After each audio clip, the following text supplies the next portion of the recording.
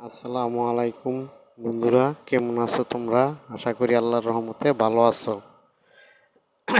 ভালো থাকাই কামনা করি। আজকে তোমাদেরকে দেখাবো যে 2.5 কেজি দুধ থেকে কিভাবে আমি বোতল ঝাঁকিয়ে এই যে দেখো কতগুলি ক্রিম বের করেছি। বিশ্বাস হচ্ছে না তোমাদের? হবে কিভাবে? আমি তো তোমাদেরকে কিভাবে বোতল ঝাঁকিয়ে ক্রিম বের করতে হয় সেটাই দেখাইনি। তো ইনশাল্লাহ